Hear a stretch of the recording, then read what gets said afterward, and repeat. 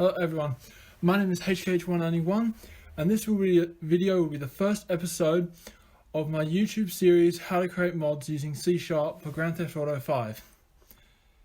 So here is my script folder. I've got basically nothing in it, and in this video I'll be showing you how to spawn in peds, vehicles, how to create a teleportation marker, how to get a teleport working, and other stuff. So first of all, we're going to need scripthook.net too. So let's go grab that. Okay, so it's this one here. So the community scripthook.net. So just give that a download. Once you've got that downloaded, start up your IDE. I'm going to be using Visual Studio Community 2015. So you want to go File, New Project.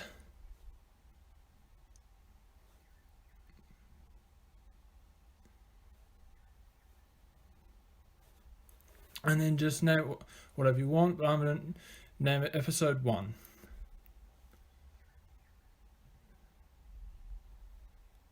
Okay, so as you can see by my Grand Theft Auto, there is no mods loaded, as you've seen by my scripts folder. And so for later episodes, but not this one, I am going to be using iFruit add-on and native UI, so you can go download them. Okay, so our first script has been loaded, and we're going to need references. So go in and choose your scripthook.net 2, and you're going to need system.windows.forms as well, and you're going to need system.drawing for the markers. The reason why we need system windows.forms is because we need that for our on-key down method. Okay, once you've done that, to start our script, you need to import your classes in. So type in using system.drawing, using system.windows.form, using GTA, using gta.math, using gta.native, and using gta.naturalmotion, like so.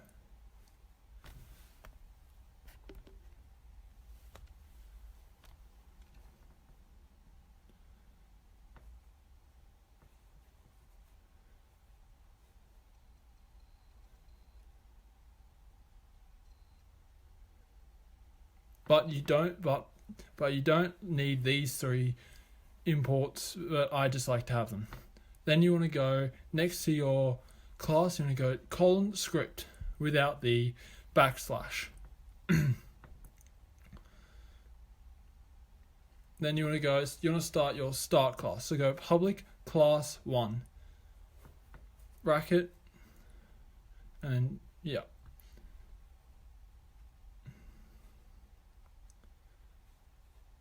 And then you want to create your on-tick and on-key down methods. So let's do that.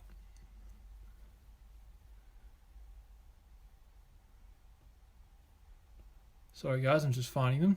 So you want to go public void on-tick, and object, sender, and event args, E.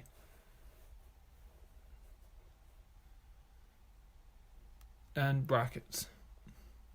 And then for on-key down, you want to go public void on-key down object sender, comma, then instead of event args, it's event key event args from system.windows.forms.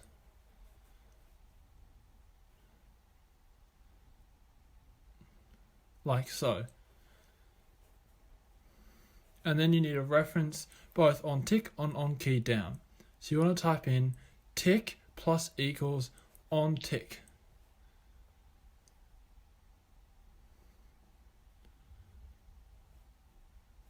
Like so. Then on key down, key down equals plus equals on key down.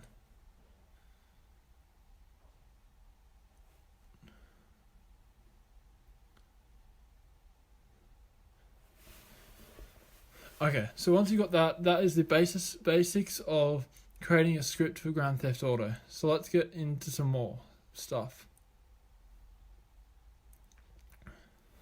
So for controller support, you'll need to create a new onKey down method with nothing in the brackets. Then reference that in your onTick statement. I'll be showing you how to do controller support and keyboard support both in this video, and the differences of both. So let's create some variables. So let's go with the Ped and Vehicle. So go public Ped, test Ped, but you can name it whatever you want. Public Vehicle, test Vehicle, but again, you can name it whatever you want.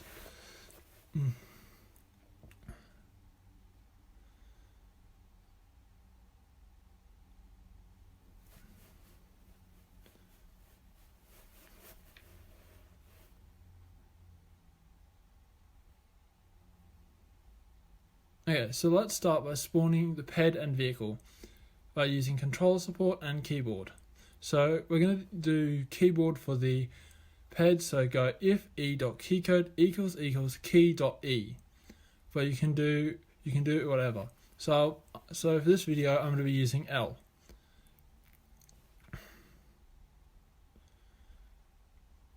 And brackets, and then you want to go testped equals world.create ped hash, whatever you want. So I'm going to be using Michael, so it'll be ped hash.michael. And then I want to create the ped around the player. So I'm going to go game.player.character.position.around. And then I set to 5, so approximately 5 meters around the player.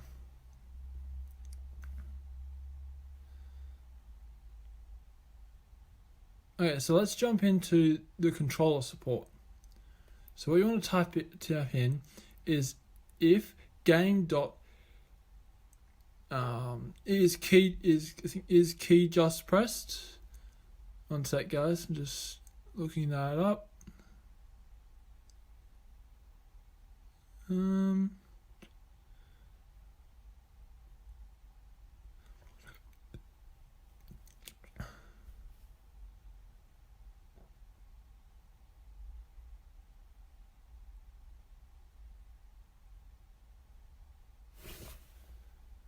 Yeah, so is control just pressed. Sorry about that.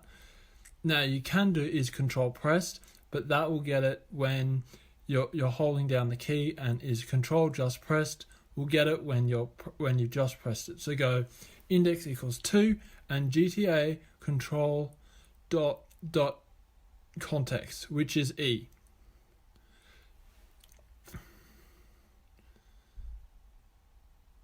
Now you can't actually go control.E or control.Q. It won't allow you. So that's why it's quite hard when having customizable keys and having controller support, because most people won't know what each key is. So like cover is Q, throw grenade is G, and there's a bunch others. So for the vehicle, you want to go test vehicle equals world.create vehicle. And so again, it uses vehicle hash. So let's go vehicle hash dot narrow for the narrow.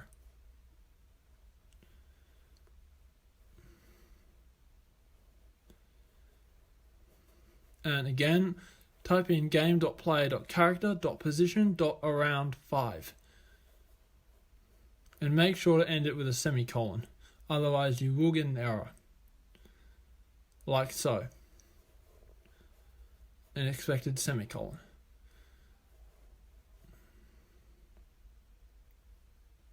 And build that. And now let's test if that works. And so the build file will be in your documents, whichever IDE you have, projects, episode 1, bin, debug, and it'll be that DLL. And so then go to scripts, and it should be there. Go back to Grand Theft Auto and hit INS, or insert. And see, the car is there. And let's see if we can spawn Michael. Yep, there we go.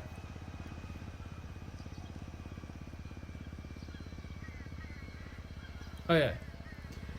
But there is a problem if we do hit INS again, and so let's have a look into that.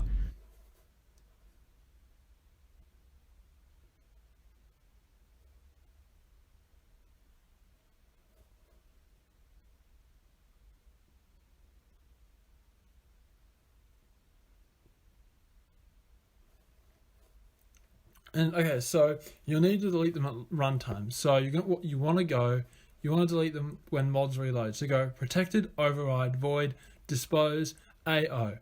Now delete what it has in there and go if AO, and that'll basically go if AO is true, detecting if mods have reloaded.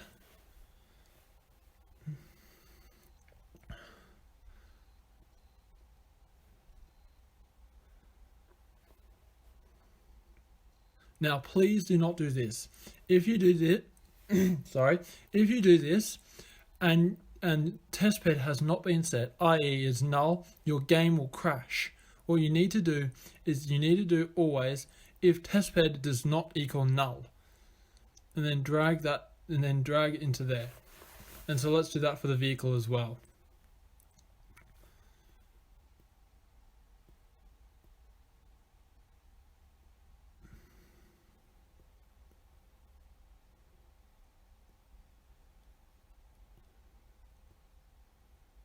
Okay, so hit build and let's see how that goes. Drop it into scripts, should say that, and yeah, it's good.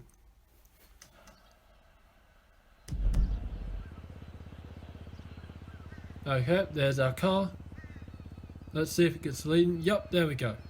So we've gotten the working delete method. Okay, now let's sorry.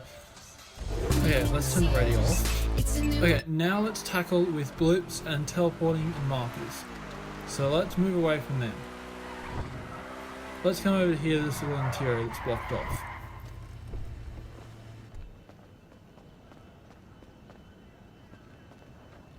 Okay, so to get a marker, you'll need to get the character's position. So let's create a little part of code that'll print out the character's position in the bottom left. Sorry. So you want to go if e.keycode equals keys.j ui.notify position in quotes equals game.player.character.position.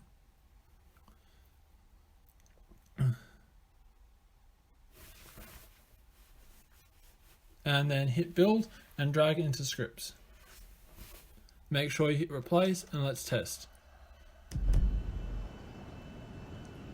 Let's hit J and there we go. We got notify and the coordinates.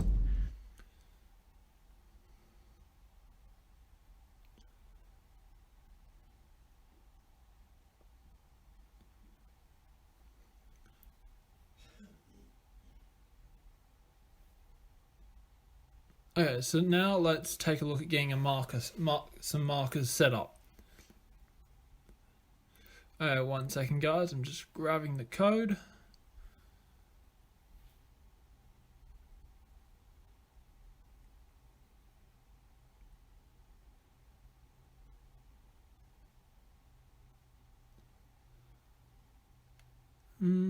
Where is it?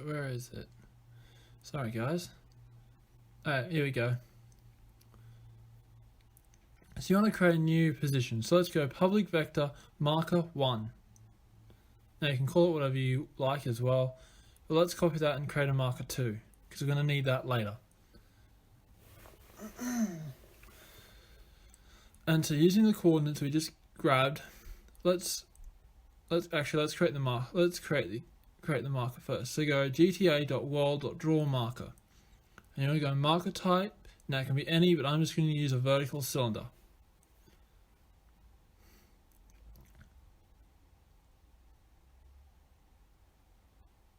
And you want to, so now you want to set marker 1. So let's set it to our coordinates. So the coordinates were minus 1630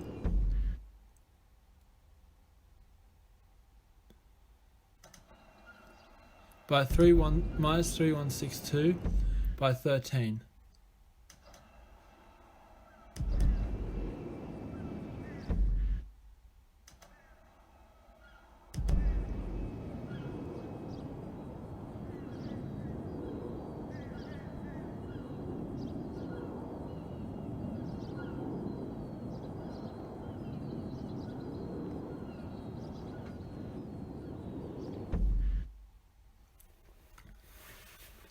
Now, usually when I'm creating a marker, so the z-axis for this marker is 12, where the player was at 13. Usually I like to set it between 0.5 and 1. So I set it to 1 just to make sure, and then if it's too low, I add another 0.5. So let's test this. So you want to go vector3.0, vector3.0, new vector 3. Now this is going to be the marker's size. It's a circle, so it'll be 1 by 1 by 1. So if you want a perfect circle, both x, y, and z have to be the same. The next value you want to do is the color. This is from system.drawing.color, so it'll be color.blue. And hit build, and let's see.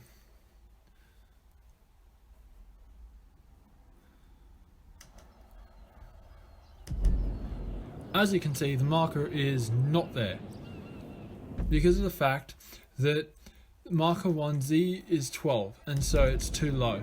So go back into it and set it to 12.5.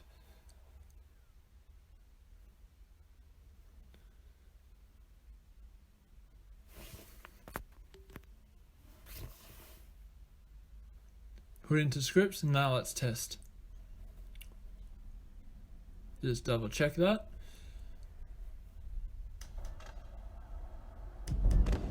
Okay, so yeah, there it is.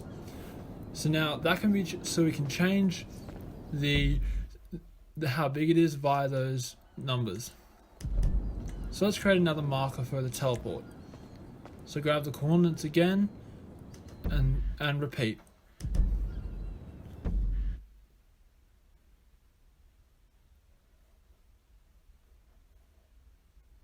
Oops. Yeah, so make sure you put in the correct coordinates, or your marker could be way out in the ocean, or high up in the or extremely high up into the air. Use the same z coordinates as before. Copy and paste the first drawn marker and change marker 1 to marker 2, i.e. the second marker. You can change the color as well if you want.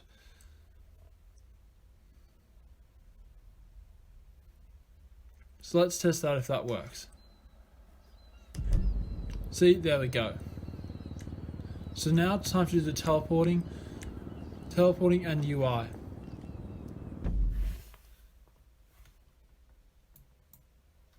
But like GTA has a blip limit, it also has a marker limit.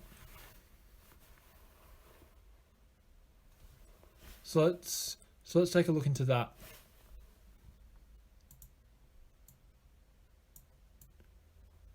Okay, so one sec, guys. Sorry. Alright, so let's start off. So you're going to need this little block of text. This will render a help text when called. But you're gonna need to grab the player's coordinates relative to the markers. So you're gonna need to, so that it doesn't appear always.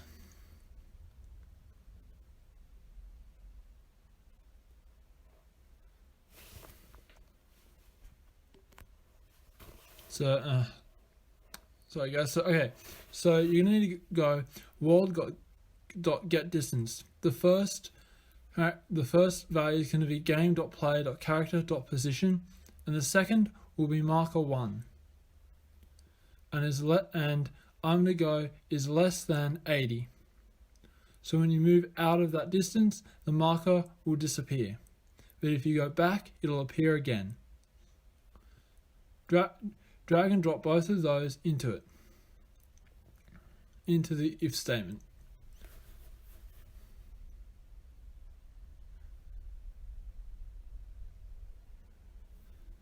For teleporting, you're going to need a little bit of code. So we're going to need to show the UI now. So change the marker 1 to 2 and copy and paste it again so you have marker 1 and marker 2. then what you want to do for each is call the method display help text as frame.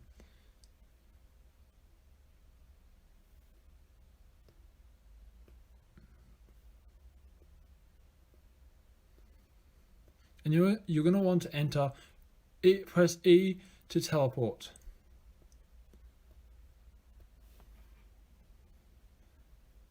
And just copy and paste it to marker 2.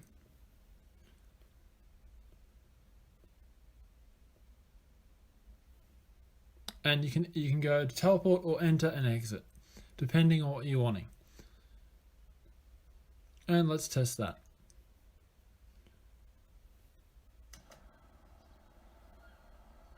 Okay, so the mod's reloaded and it works, but we can't teleport at the moment. So let's go grab the code we need.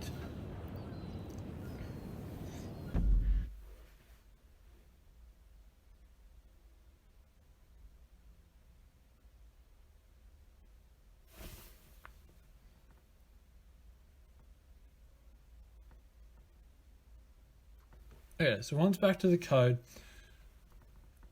we're going to need to put down in on key down. We're going to need to put those get distance if statements. So we're not going to need the display help text as frame in either of them, so you can just delete them. Outside of that, create an if statement that says e.keycode equals key.e, and put an else statement in there. If you don't put an if statement in there, when you try to teleport to the second marker, you'll instantly be teleported back to the first.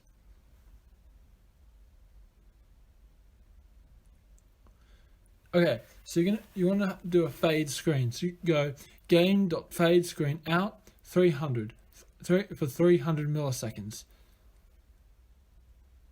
and then script.wait 300.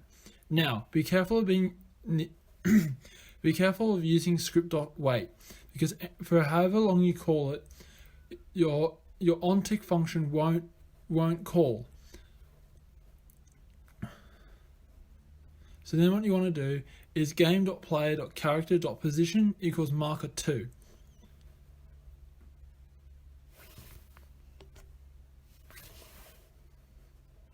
And then again, script.wait 300. So you can basically copy and paste it. Then game.fade screen in.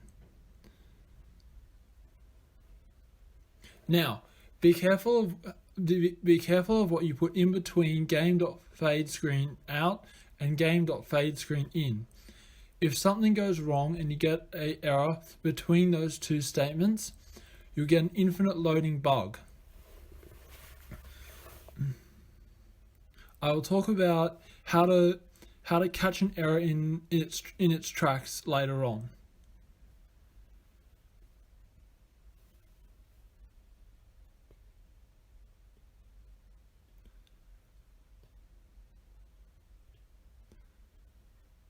Okay, so let's test that.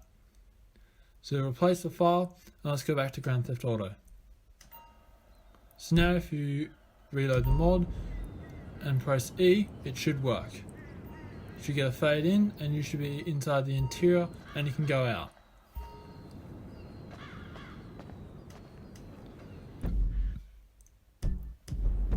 Okay, so let's create a blip for that marker, so we know where it is.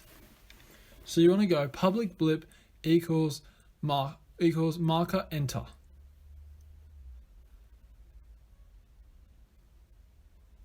Now you can create your marker in a new method, but I'm not going to. If you did, you just have to call it from class or another method. So what you want to do is you want to go marker enter equals world.createBlip, and the position that's going to be at, so marker 1.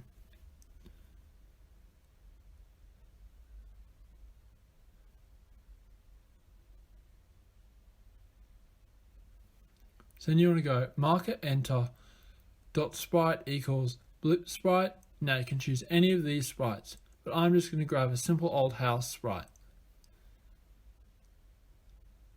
Then for the color, you want to go marker enter dot color equals blip color dot blue, or whatever color you want. Now be aware that color dot blue and blip color.blue are two totally different things. They cannot be converted as far as I know.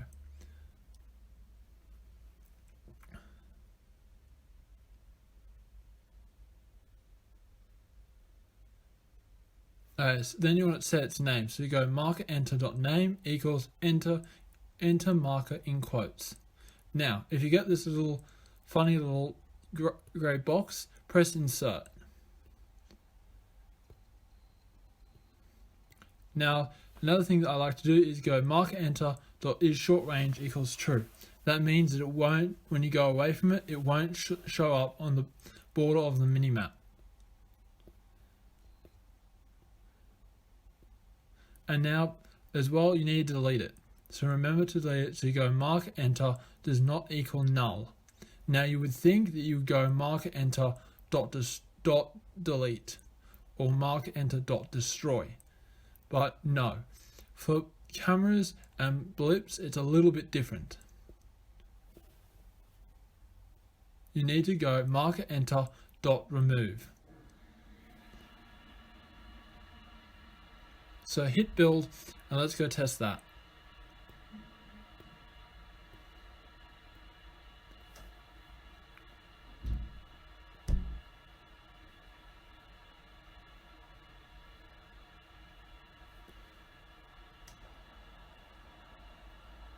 So hit INS and there's our marker.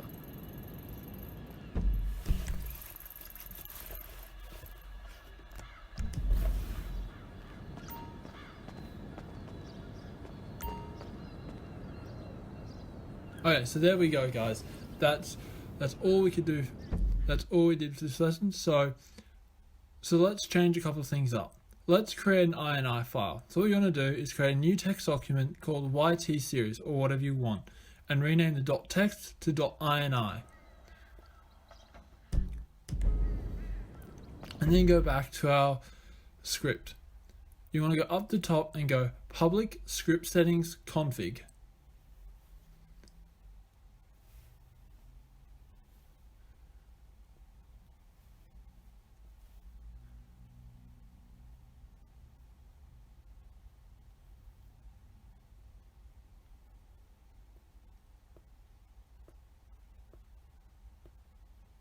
Sorry about just trying to find the right. I'm just trying to find the load ini file.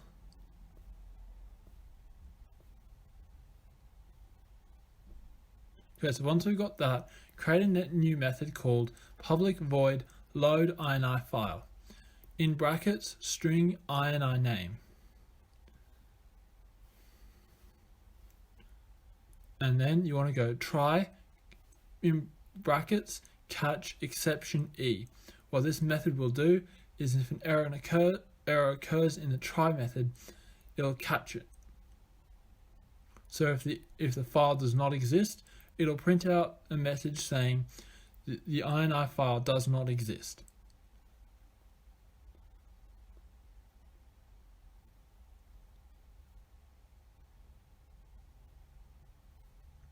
Like so.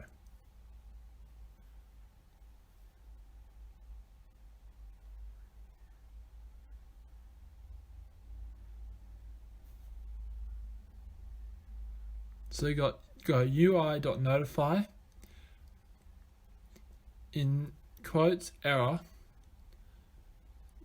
semicolon and then plus ini name.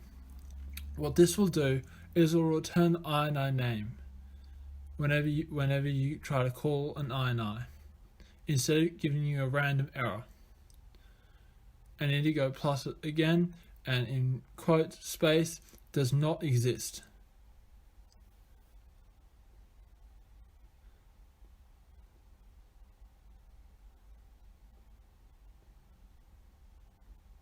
Make sure to make it have spaces, and you want to end it with a bracket and a semicolon.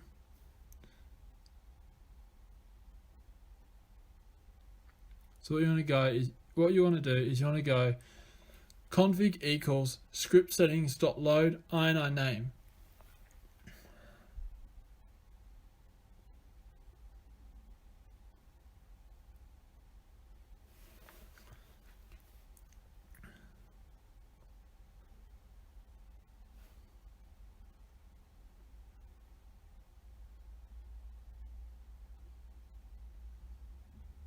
Okay, so let's change part of our script.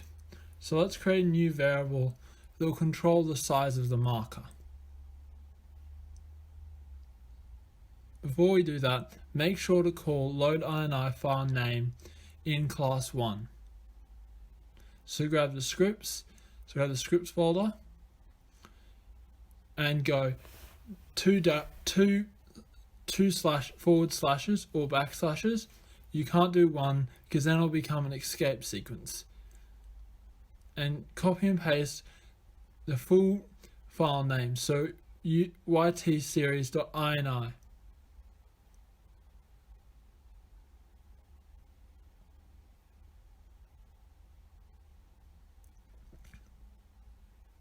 Okay, so let's change the size of the markers. So what you want to do is you want to go up the top, you want to go public int marker size.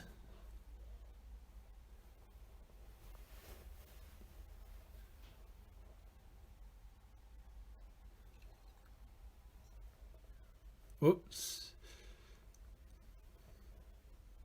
And copy that down to our load_ini file. But before you do that, copy it into our markers, so that they now be that size instead of 1.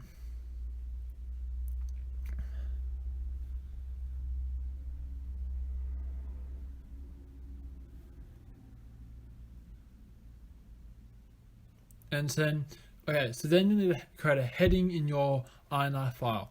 I'm going to use setup, you can use whatever you want. For now, let's set it to 2. Save the ini file and close it.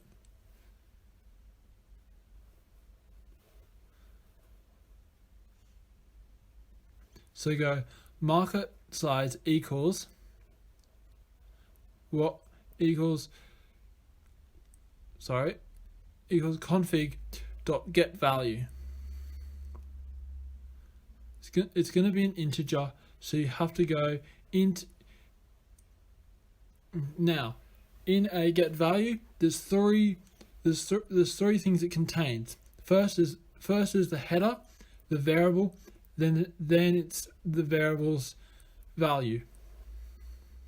So you want to go setup, marker size in quotes, and then marker size as the actual variable.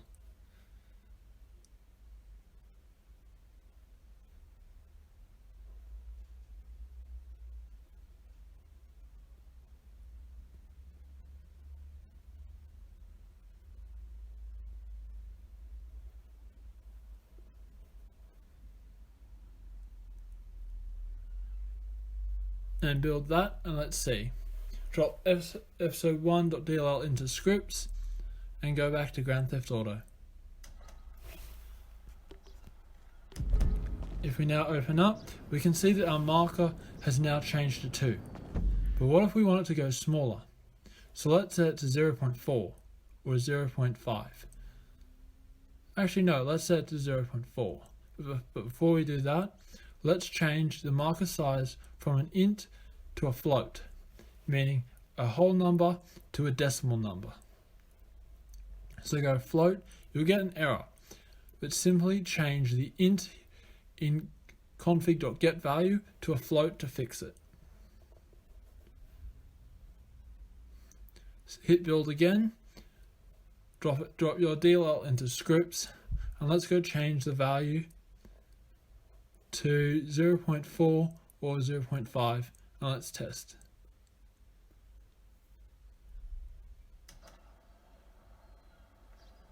Okay, now sometimes when you change your marker's size, it'll also change its height. So sometimes you have to play around with it to get it. So I'm going to set it to a bit higher and see if it pops up.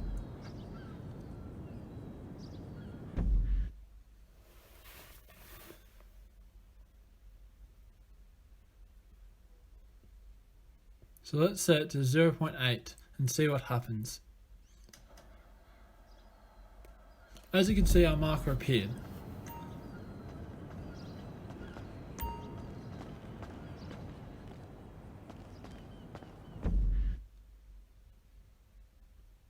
And that will be the end of today's episode. I hope you guys enjoyed. I'll leave my Discord link in the description. If you need any help, feel free to contact me. Thanks for watching.